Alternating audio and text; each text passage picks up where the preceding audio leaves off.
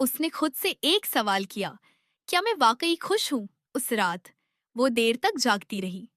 ये सवाल उसके दिल में बार बार गूंज रहा था। अगली सुबह सब कुछ वैसा ही था, मगर उसके अंदर कुछ बदल चुका था। चंद दिन बाद वो एक सादा से कैफे में बैठी थी। वही खामोशी, वही काफी। मगर इस बार वो खुद से भाग नहीं रही थी। वो खिड़की से बाहर देख रही थी कि अचानक एक नर्म सी आवाज आई। बेटा, यहाँ बैठ सकती हूँ? उसने चौंक कर देखा। एक बुजुर्ग औरत थी। सफेद बाल, नर्म मुस्कुराहट और आंखों में अजीब सा सुकून। वो हल्का सा मुस्कुरा दी। जी, जरूर। वो औरत उसके पास बैठ गई। कुछ देर दोनों खामोश रहे। फिर उस औरत ने नरमी से उसके सर पर हाथ रखा और बस इतना कहा, थक गई हो ना? ये सुनकर उसकी आंखें भर आईं। पता नहीं क्यों, मगर उस एक जमले में हाँ वो सब कुछ था जो वो सुनना चाहती थी।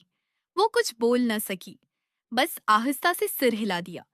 इस दिन उन्होंने ज्यादा बात नहीं की, मगर जाते जाते वो औरत मुस्कुराकर बोली, कुल फिराना बेटा।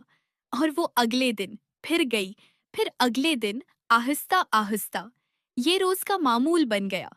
वो और तब उसके लिए सिर्फ एक अजनबी नहीं रही थी, वो उसके लिए उमा बन गई थी।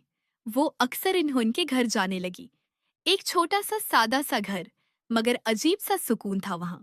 उम्मा उसके लिए चाय बनाते, उसके सिर पर हाथ फेरते, और बस उसे महसूस होता कि वो अकेली नहीं है।